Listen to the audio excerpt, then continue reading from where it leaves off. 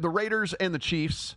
This is in Kansas City, and the Chiefs are 10-point favorites over the Raiders, total of 43.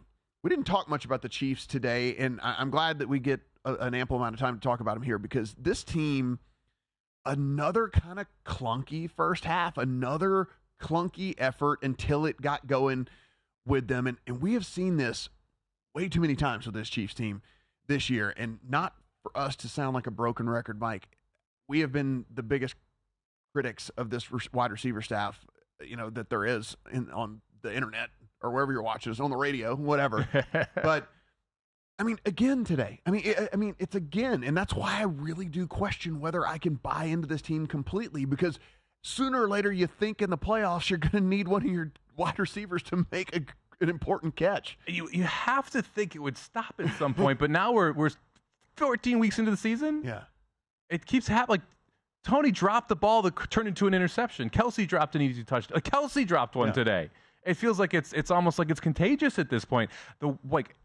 We didn't get a chance to talk about the reaction last week either from what we saw after that play. It's a shame that didn't count because Kelsey's play on that the touchdown there, Tony, was phenomenal.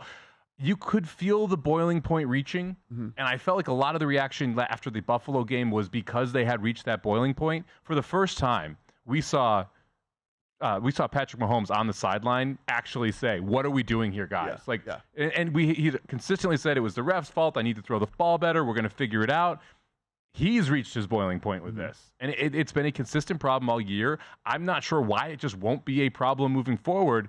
All that being said, when they play well, they're very good at football, and you still have a top 5 defense, the best quarterback in the NFL, and a top 5 offensive line, which are very important parts to a football team. So it's hard to believe they'll be able to win a Super Bowl, because I don't see this. It's going to happen 1 in the 3 games that they have to win.